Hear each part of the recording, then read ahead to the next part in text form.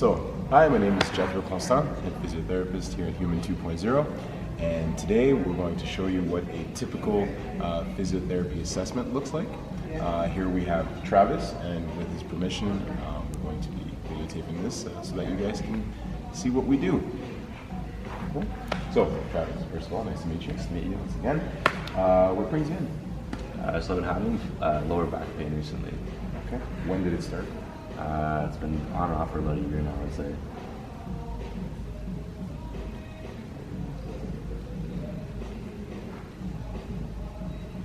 It took you so long. Now, was it something gradual? Was there something specific that happened? I would say gradual. I mean, not that I know, but like I've always played football, so I mean, it could have been that. But I do sit at a desk mostly all my day. And what do you do for work again? Videographer, so like I'll film and then I'll sit down and edit for hours on end.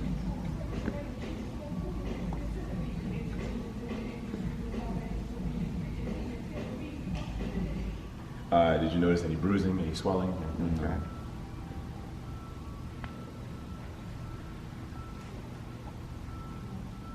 Did you ever have any back injuries when you were playing football? No. So you've never had any back surgeries or anything like that?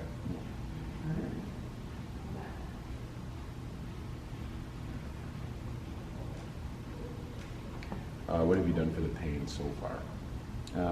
Watch YouTube videos, different stretches. Okay. Have you found anything that worked? Not really. Like, I mean, a lot of people say do this, and then some people say don't do that, so it's hard to tell. So I came to the experts here. Hey.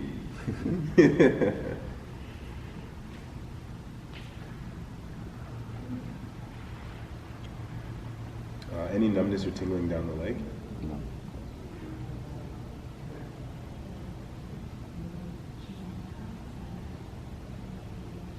Any pain when you cough or sneeze? No. These are all good things.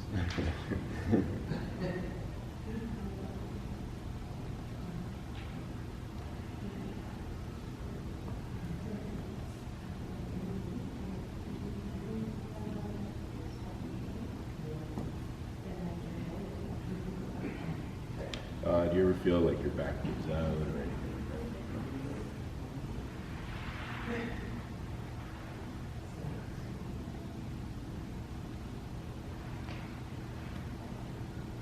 that? Any other medical conditions you should know about? Heart issues, lung issues, cancer, kidneys, anything like that?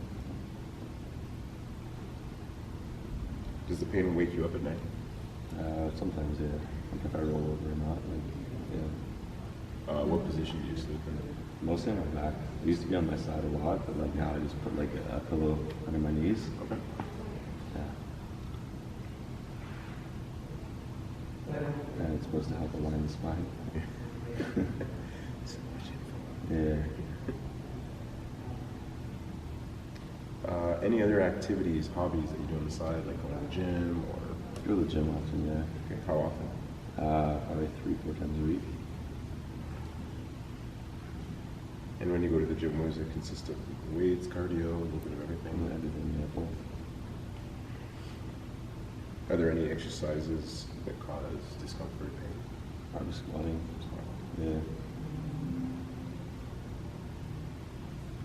Doing like leg press, anything like lower body.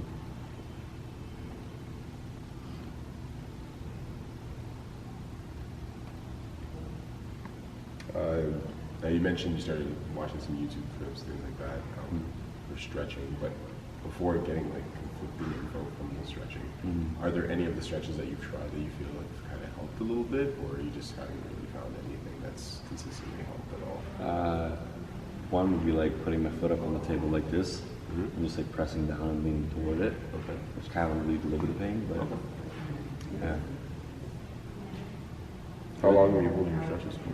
Probably like 15-30 seconds. Yeah. And would you do it like once, twice, more than three? I'd do like maybe 3 sets. Yeah. Any medication for the pain? I mean, Advil at times if it's really bad.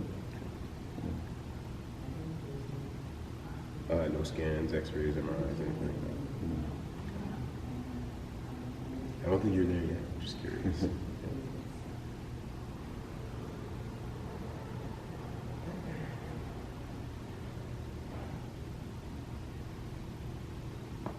So right now, while we're talking on a scale of 0 to 10, 10 being the absolute worst, where would you say the pain is generally?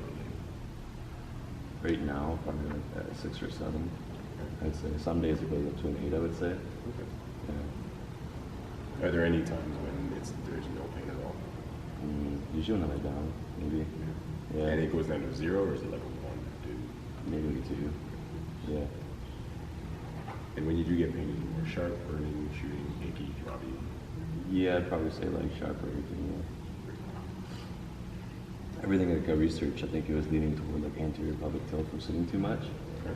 But that's why I started putting pillow under my knees, trying to like align the spine while sleeping or something. But Okay. yeah.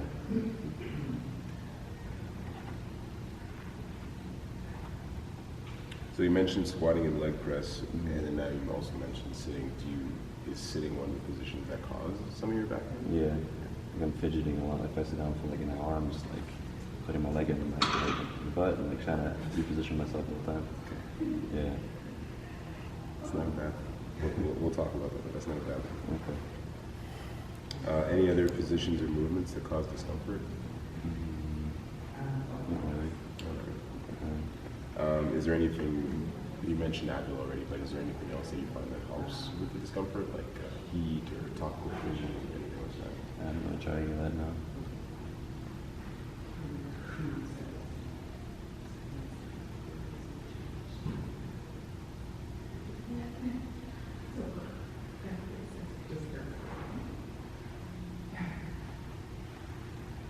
Now, when you do get the low back pain, do you feel it across the back? Do you feel it on one side? Or you more lower? Or Yeah. can you show me? Yeah, probably a little bit about here. Yeah.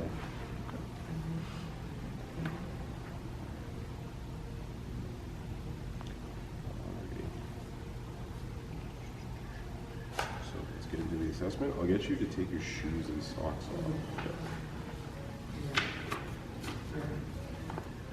22, man. Yeah. Too young to be having back pain. I empathize with you because I've had back surgery. Oh, really? But that was because I'm not from sitting. I ran into someone head first when I was playing football by accident. Just I don't recommend that to Okay. anyone. It's a bad idea. Jeez. I'll have you stand up for me.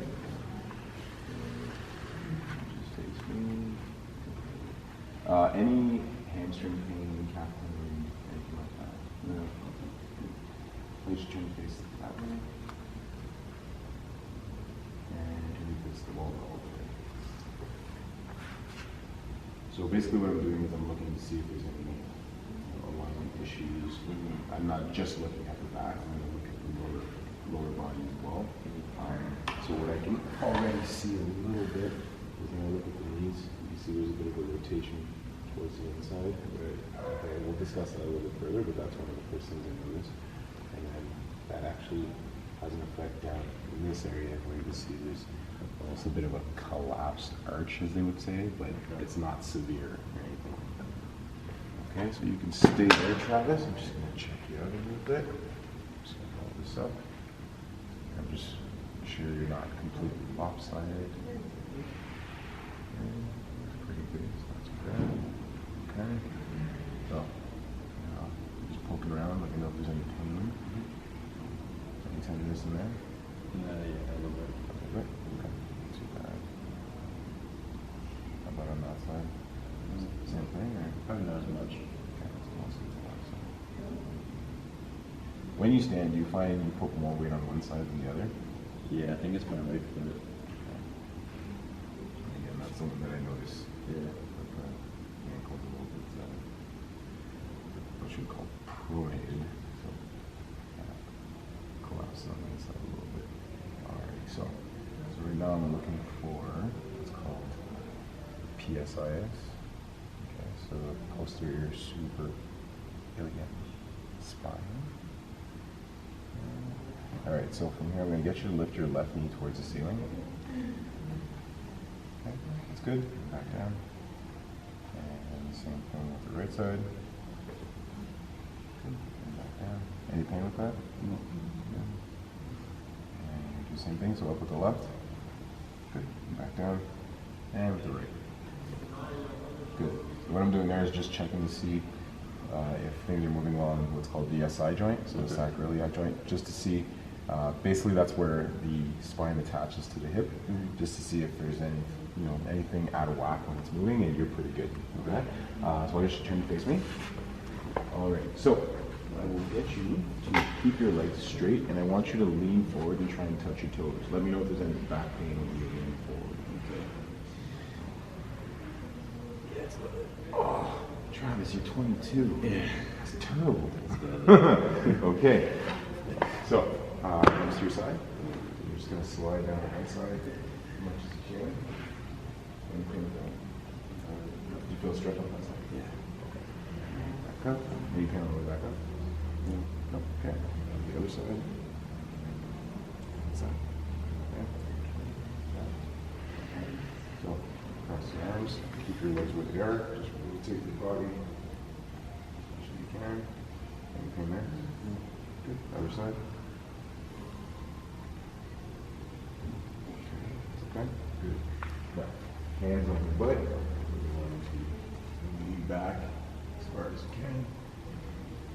Go back. Lean the back. And just a little bit more. All right, we'll check that as well. So, what I'm going to get you to do now, I want you to stand a little bit wider than shoulder width apart. And then I want you to go forward just a little bit because I want you to hit the chair. And I want you to go up and down into a squat as deep as you can go. Okay. All right.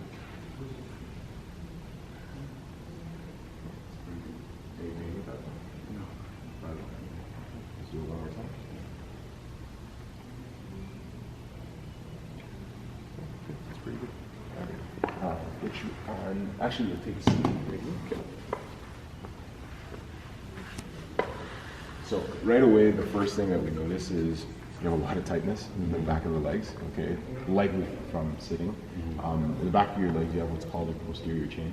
Okay, so that's basically all the muscles that run down the back of your leg, so from the butt to the hamstrings, the calves, all the way down into the bottom of the foot. So when it's really tight, think of the muscles as like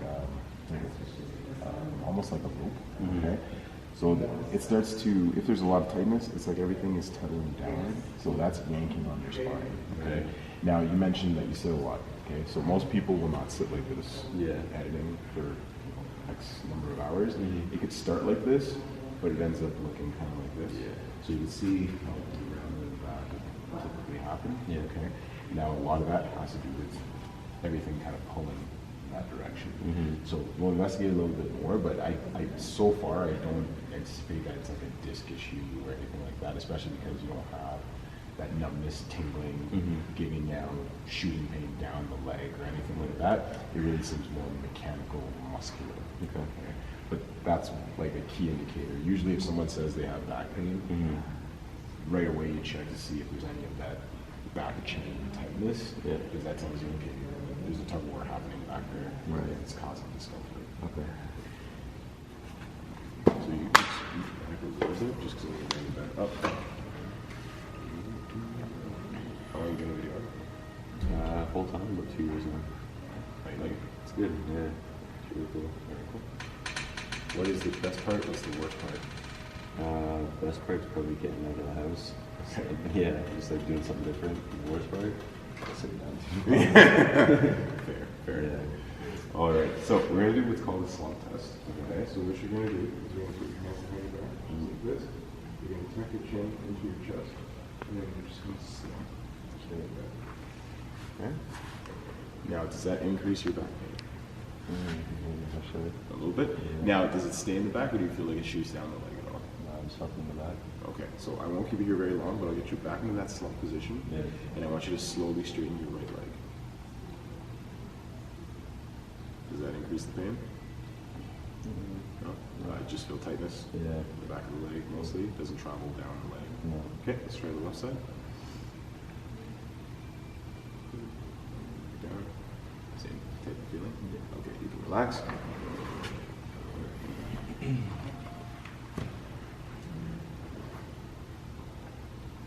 So you can land it back.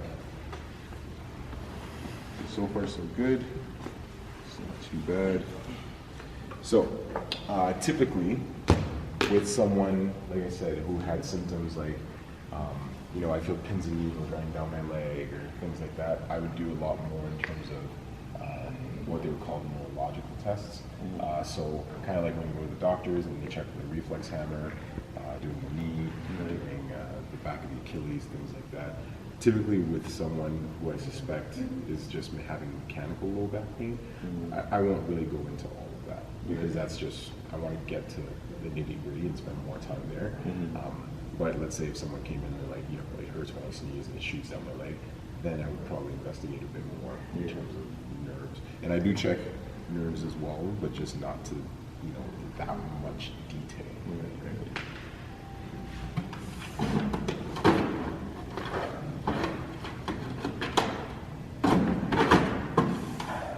So nerve-wise, I'm going to do a quick test. It's going to be a little ticklish. Okay. So here I'm doing what's called the Babinski test. So I'm just doing this. So notice how the toes curl in. That's what you want. What would be a sign of maybe something, an issue in the central nervous system, is if you did that and your toes went like this instead of curling it. It's one of the tests they do with like babies. Right? So we just do it on the other side too. And again, you see the curl, the toes curl in like that. So that means you're good on that front. Okay. Now we do what's called a clonus test. So just relax your ankle completely. Hardest part of physio is just relax. Okay. And you just give a quick jolt like that. That's okay. No pain with that? Okay. Now the reason that I'm doing it with the knee slightly bent is because if, let's say you did have like really bad back pain, remember how I said the posterior chain, when it's really tight, can cause back pain? I don't want to put you into further stretch with your knee in a straightened position because it would feel like I'm basically doing this and go back. Right? So it's more of a safety thing. Now, with this clonus test, again, this is more of a nerve situation. If someone had a central nervous issue, if I did this, which I've seen, I remember doing it in placement in school, as soon as you go like this, the foot would just go on its own. So, like, oh. So you see it with people who have like traumatic brain injuries and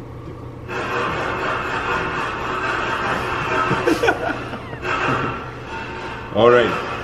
So right now I'm doing what's called a Faber test. So it's again just to check your SI joint. So I'm going to take your leg, cross it here, let this come down. Any back pain with that? Okay, that's good. So we'll do the same thing here. Biomechanically, you should come to the other side, not reach over. Do the same thing. If you were really, really tight when I did this, you would see this kind of we're not horrible. Okay, so I'm going to slowly bring your leg up.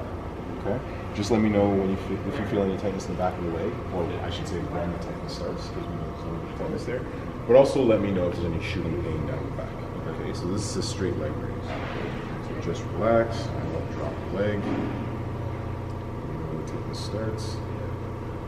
Okay, so as the Spanish say, no bueno.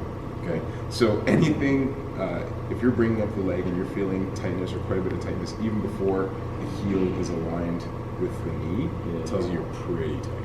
Okay, you typically want anywhere between kind of 70 degrees and 90 degrees. Okay, so just think of it this way: the tension that you feel when I'm doing this is pulling on your lower back. Right. So you can imagine that would cause quite a bit of discomfort. Was there anything shooting in the back though? Not really. Okay. So here. Just let me know. Right there. Okay. Too young. Too young for this. Okay. All right. So let's get you on your stomach. And we'll put this under your belt line just to protect your lower back. Okay.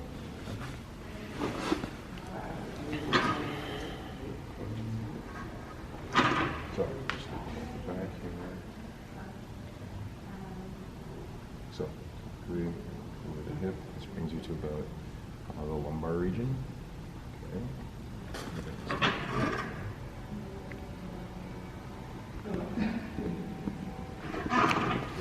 Okay. So, go straight over. Any discomfort? A little bit, maybe. A little bit, okay. Come down. So right now I'm just trying to see how resilient or how much movement you're getting in the lower spine. How's that feel? A little tight. Okay. So typically you want to get a good amount of bounce, not too much. You're not just a leg performer, so I don't want to be sinking into your back, but I want a little bit of bounce. And I can see it is a little bit stiff. Try and come all the way down. How's that feel? No, tight. Yeah, a little stiff. Okay. Are you getting any sharp pain though? Not really. No. Okay. A little bit, but like. Not too bad. Yeah. Good. Alright, so what I'm going to get you to do, you're going to keep this leg straight, and then you're going to act as if you're trying to lift this leg off the bed, but it's too heavy. Okay. Excuse me. And you're going to use, and I just want to see what you're going to use to do it, okay? So go ahead. Okay, good. Back down. Good. One more time. Good. And back down. Okay. And same thing on this side. And back down. And one more time. Good. And back down. So what's interesting with Travis here is that his low back engages first, where this movement should typically be engaged from your glute and your hamstring. Yeah. Okay. Yes, obviously the low back will kick in eventually, but that means that for certain movements, instead of using your glutes, which are much bigger muscles than your low back, you're using your low back muscles. So that means they're going to get fatigued, they're going to get sore a lot faster than anything else. Right? Good. So you can pop up. I'll get you just to sit on the edge of the bed.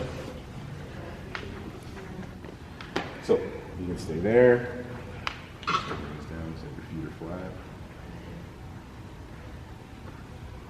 Alright. So I'll get you just to cross your arms. I'm just going to apply some pressure downward and just let me know how you feel. Okay?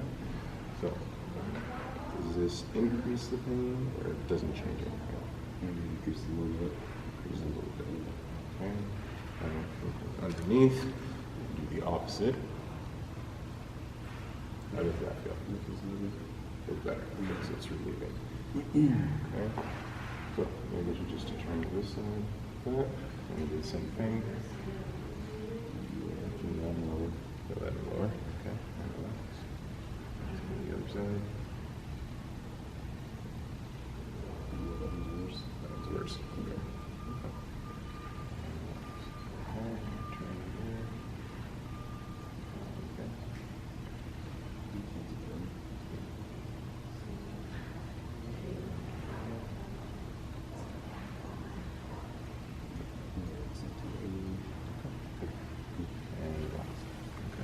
So what I was doing there was just checking to see how it feels, because low back pain usually comes with compression of the lower back.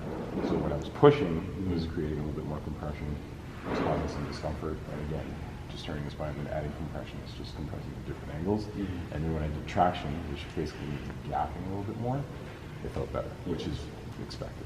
Getting traction, that's why a lot of people say, oh, should I get a traction bed? I'm like, those exist. They do, yeah. You put your feet in the hooks and you just hang upside down. Typically, I tell people to be very careful because, if it depends. Like if I have a patient who's like 80 and they're like, should I use a traction bed? I'm like, no, you should not. But if it's someone who can like move around and they're fairly mobile, then I'm like, there's nothing wrong with it. Like it's not invasive or anything, so I don't really mind. Cool. Yeah. So we have one more test, and we'll get you to follow me. We're going to do what's called a Thomas test. So this is just, again, to see, actually I have two tests, but we're going to see how flexible or inflexible your hip flexors are, okay? So what you're going to do is you're going to sit right on the edge of the bed, like this, and then you're just going to take one of your knees with you, it doesn't matter which one, I don't really care. You're going to let yourself fall back, and then you're just going to bring your knee towards your chest as much as you can, and you're just going to let this leg dangle, okay? So you don't have to worry about, what do I do with this leg? Just let it play dead, okay? And just keep pulling this one.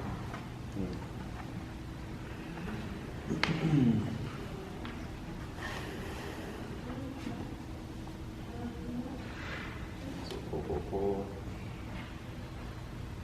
So you see how, it's not bad, I've seen definitely worse, but you typically want this to be either parallel, a little bit less than parallel, or down, okay?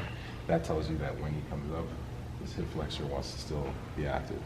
And I'm sure that if I were to hold Travis here and I do something like that, that uncomfortable smile pops up, okay? Now let's switch.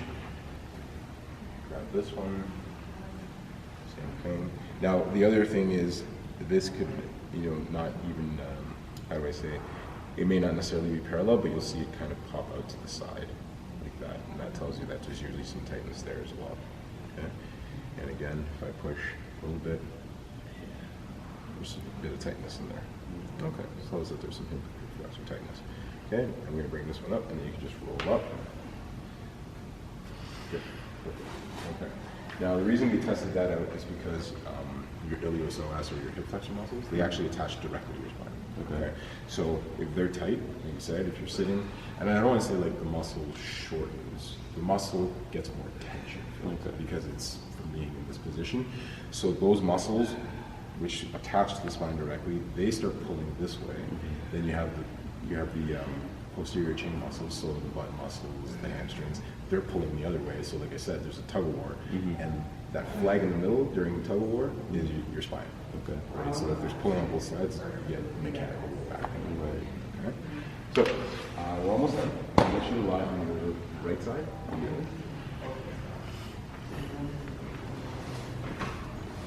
Any questions so far? No. Then we bring the head up a bit, or you'll go? Alright, so I'll poke around just a little bit. So I'm looking for piriformis muscle. So the piriformis is a muscle that runs underneath the butt muscle, okay? And it helps to, if your leg is straight, kind of externally rotate it this way. But the thing about the piriformis muscle as well is that it goes basically from here and attaches to your tailbone, okay? If it's tight, then it's going to yank down on that tailbone and cause some low back pain. That's one of the reasons why I believe when you do that stretch, when you cross your leg, it feels good, right? Because you're stretching that muscle and it's alleviating some of that stress of the muscle pulling down on the tailbone, okay? So let me know if there's any tenderness. Yeah. I poke around, yeah, so you can see his face here. Get that, right? It's not comfy when you do that, okay? Now while we're on the side, I'm just gonna test your hip. All right, so Travis, I'm gonna get you to keep your leg right here. Yeah. Don't let it drop, don't let it go forward, and try not to grab the bed. Okay, I'll explain why I'm doing this afterwards, okay? Yeah. Travis. Oh Lord. Yeah. Okay, so there's quite a bit of shaking and you see the leg wants to go forward. Okay, good, and relax. Okay, let's do the other side just to compare and then I'll explain why we did that. Okay. So, again, just going to test in there. Any tenderness in there? Yeah, a bit in there. Same thing, a bit of tenderness there. So again, that means it's pretty tight, and it's kind of working overtime, so it's a little bit tight. Right. Okay? So again, right onto your side. So I bring it here so that it's parallel with the body. I bring it up here, same thing, try and keep it here. And you can see there's a struggle there. And it wants to migrate that way. Okay? Good. And relax. So as soon as you see it's migrating that way, that means that you're looking for other muscles to help you, because if you wanted to stay just there, it would just probably drop, or there'd be a lot of shaking happening. Right. Good, you can take a seat. Now, the reason that's important is for a number of things. So I mentioned that the hip flexors are pretty tight, okay? So, again, think of everything as a pulley system. So if your hip flexor and your groin muscles are pretty tight from sitting, that means that the leg, in a subtle way, kind of rotates towards the inside, which we mentioned at the beginning was one of the first things we saw. Your knees kind of rotate internally. So what's happening as well is that means that there's not as much strength on the outside part of the hip, which actually helps you externally rotate this way. Right. So when I tested those muscles, they're pretty weak. So you're pretty tight on the inside and weak on the tight on the inside and weak on the outside. Right. So automatically, you can see that everything's going to pull towards the inside because of that fact. So what that means is we need to strengthen here. We need to increase your flexibility here.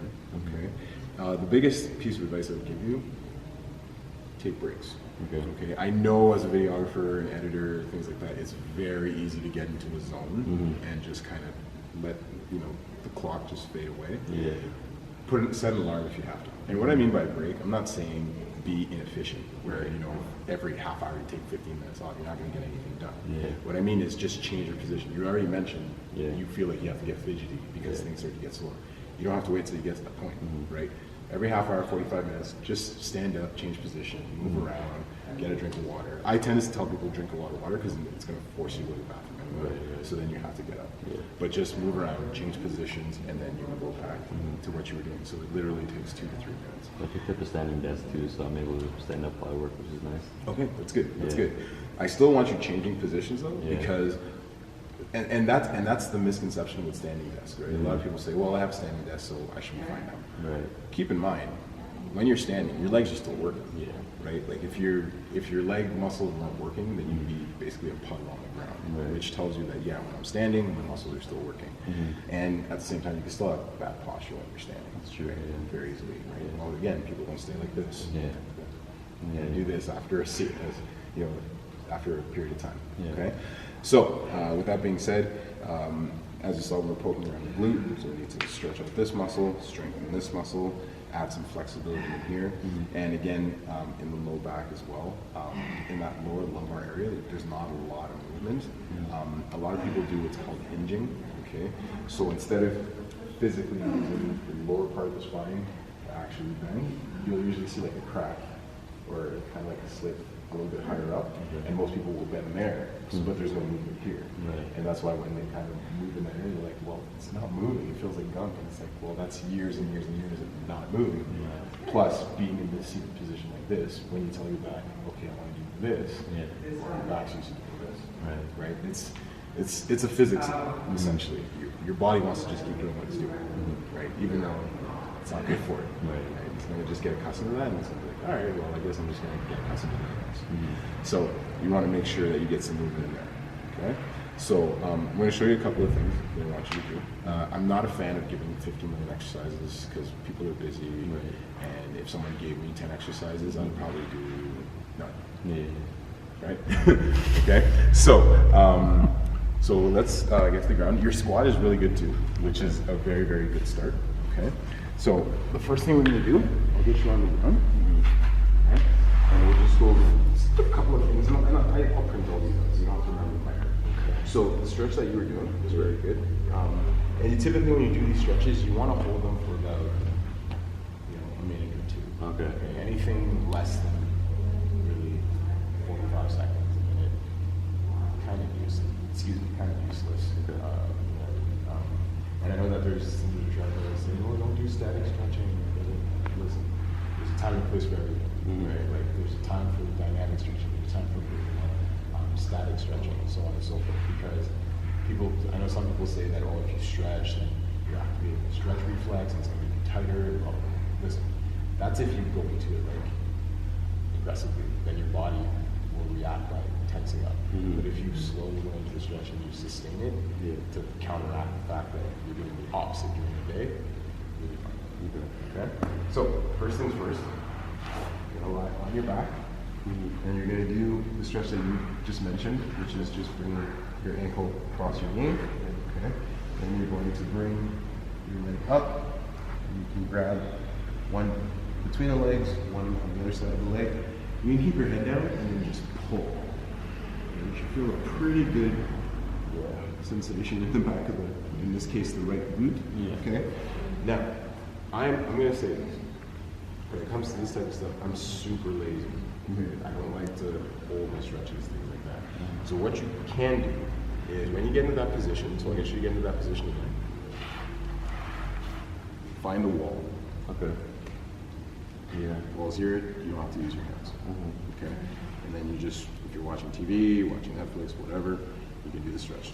As you want, you just kind of creep closer as you need. Because when you're doing a stretch, if you're doing a stretch and you're able to just carry on a conversation, you're not really affecting change. You want to be between a 6 and an 8 on the level of discomfort when you're doing a stretch. Okay. If you're barely feeling anything, then again, there's no point in being in that position. Okay. So that's exercise number 1. Exercise number 2. We get you on your side. We're going to do what's called a clam, so that we can work on strengthening your hip. Okay? So what you're going to do is you're going to lie right on your side. Now this is very important. I want you right on your side because what happens a lot is that as people get tired, or just because of not knowing form details and such, I want you to come up as high as you can, pause, and then come back down. But you're staying on your side the whole time. Okay, so it's a little under the belt line, and your knees are bent at around 90 degrees. Okay, what you may see is people do this, which is opening up. Then you start working other muscles. So we want to really focus on here. Okay, so from here, again, you're going to come up, pause just for a second or two, and come back down. So I'll get you to do 10 of those. Yeah. Just a second or two. See, it's just a pause. Tell me how you feel.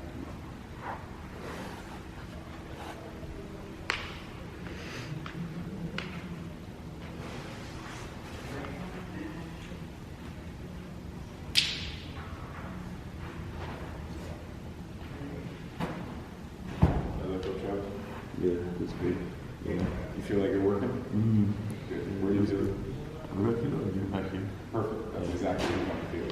So remember when you were on your side and you were testing that muscle, it was like, right? So we want to really stabilize that muscle. And again, it's going to keep you from being all tight in here. It's going to help you strengthen and stay up here. Okay. Now, coupling that, you're going to open up your hip flexor as well. We're going to do what's called a couch stretch. Okay. It's called a couch stretch. We do it on the couch. Or you can use a chair or a wall, it doesn't matter. Okay. So the leg you want to stretch is the one that you're going to put up on the couch, or in this case, a box. And you're just going to put your foot up, bring the leg down, okay, bring it forward like this, and then just get yourself nice and upright. Good. And you'll feel a pretty good stretch through the front of the thigh. Okay. Now from here, you don't have to do this. All you have to do is squeeze your glutes, or squeeze your butt, and push your hips forward. Okay. A lot of times people mechanically are like, I don't get it. I just tell them just hump it. Okay. So just squeeze your butt muscles, push your hips forward, and you'll feel that stretch. And the same thing, all the same rules apply in terms of timing for these stretches. Hold it for a minute or two. Okay. If this is too high, you can either move forward a little bit, just so it takes a little bit of that height out of it, or you can use a lower height, like a box or just a stool or something like that. If someone's really tight, which happens a lot, I get them to start just on the ground, and that's enough. Okay. So change your butt.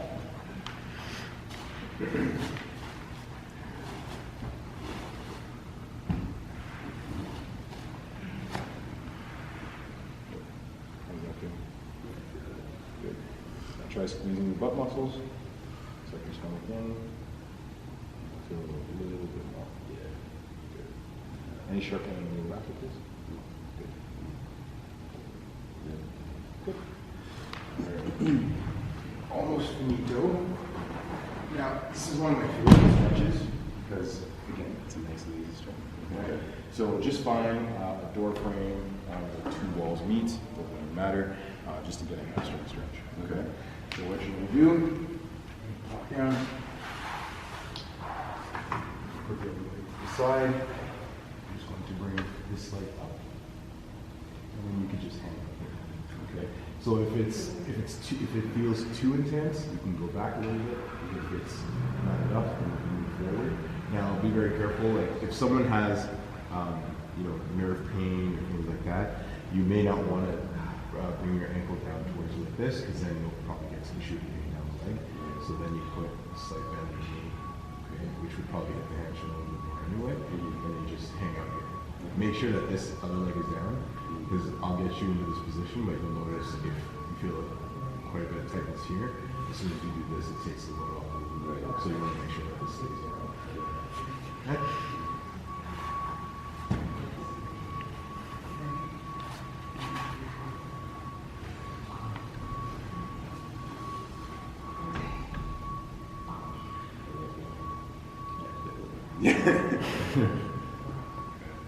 So again, anytime a person has back pain, just ask them, how do your hamstrings feel? Yeah. Or how do your calves feel? Like I mentioned earlier, I've had back surgery, and I remember one of the things, and this is before I was a physio, and one of the things that would make me feel better is I would just stretch my calves. Yeah. Every time I stretched my calves, my back would feel way better. And then I was like, I should probably do that more often. All right, and then pop up. So again, this is something I would typically give someone the first time I see them. I wouldn't necessarily go right into giving core exercises and this and that. I would loosen up all the mechanically, tight things I'm removing properly, and then as we progress, I would give you more core exercises to complement what we just did. Okay? So the last thing I'm going to give you, again, I was saying we want to get more movement in the lower back area. Okay. So far we've addressed the strength here, flexibility here, flexibility in the back of the hamstring, and I'm going to give you one more for mobility in the low back. I could give you another one. The other one's kind of intentional, but you'll see what I mean. Okay. So this one, we were taught by Dr. Andrew Spinal from FRC. It's a nice little tweak on something that everyone does already. Okay. So I'm sure you've seen this type of movement before. Okay. Now, the thing about this one is, remember how I was mentioning that a lot of people have what's called hinging. Yeah. So a lot of times they're thinking that they're moving their low back, but they're actually breaking in the middle of their back instead of actually moving here. Yeah. So what you can do is you can actually bend over like this and clasp your head and around your back like this, and then just try and work the lower part of your spine. Okay. You're not going to move very much, Right. but squeeze your bum, suck your stomach in, and poke your bum up towards the ceiling. The reason this is effective is because even if I try to hinge in my low back, it's very difficult. Right. I'm pretty much locked into this position. Okay? Okay. Again, this is barring any neck issues. If there were any neck issues, then we would adjust. Okay? So I'll get you to turn that.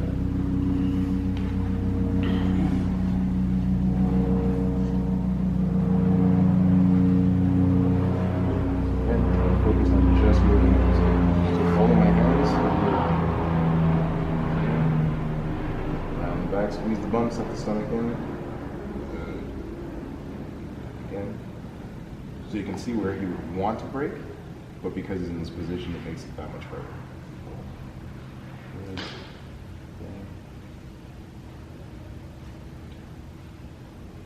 Okay. How does that feel, Travis? Good. And again, it's not a huge amount of movement, especially when it's been stiff for a long time, but don't stress about that. Okay, so that's the thing. When it comes to mobility and certain movements, you're not going to see a change like that. It's a slow progression. Okay, right? So the last thing I was going to say was your squat's really good. So that's a position that should be like an everyday rest position. Okay. So the only thing I would say is go ahead and do your squat again. Okay. Right, so what I would want you to do is just to push your knees in. Okay. So, because when you go down, everything stays pretty aligned. Because these muscles aren't firing very well. So I just want you pushing your knees out. Okay, go ahead again. So push out, push out, push out, push out. Yeah, that activates everything. Yeah, I felt it, yeah. Yeah, exactly. So whenever you get the chance, and again, everyone's hips are built differently. So some people will be able to squat this low with this width. Some people it will have to be this width. Right. Ideally, you want to be a little bit outside the shoulder width or within shoulder width. But some people are very, very good in terms of having ankle flexibility and hip flexibility, so they can get into a squat. Because I'm a large individual, it's not going to happen. Okay, but like I said, you want to get into that squat position. Try to keep your heels down and really push the knees out to activate those muscles as much as possible. Now, for anyone who's trying to get into that type of squatting situation and they feel like, well, I can't do that, grab a post, something, and then you can work on getting lower and lower and lower. Okay. So that's a typical physiotherapy assessment, especially for the low back. Thank you very much, Travis, for participating. For sure. But as you can see, it's all movement focused. We just want to make sure that you're moving properly. Some things just need little tweaks here and there, and we're all about educating you at the same time. So did you have any questions at all? I don't think so, no. So typically for someone like this, the exercise that I showed you, I would print them out for you, and I would want you to do them, you know, at least the stretches. I would want you to do them at least twice a day. Okay. Again, you can break them up, and like that's why I only gave you 4 or 5 exercises, because if I know if I give you 10, like it's not going to happen. And someone with low back like this, typically you're looking at like 2 to 4 weeks before you're feeling pretty good. It's not something that should linger and should take forever. But again, it's all about how often you do it, because I tell people all the time, there's 168 hours in a week. If you work with me for 20 minutes and you don't see a change because there's nothing else that's happening, then you'll understand why, right? So the amount of work that you put in is going to let you know, how well you're going to do moving forward. Okay? Yeah. So that's pretty much it for us. And if you feel like you need a low back assessment as well, feel free to come and visit us. And once again, that's Jethro Constant, a physiotherapist here at Human 2.0.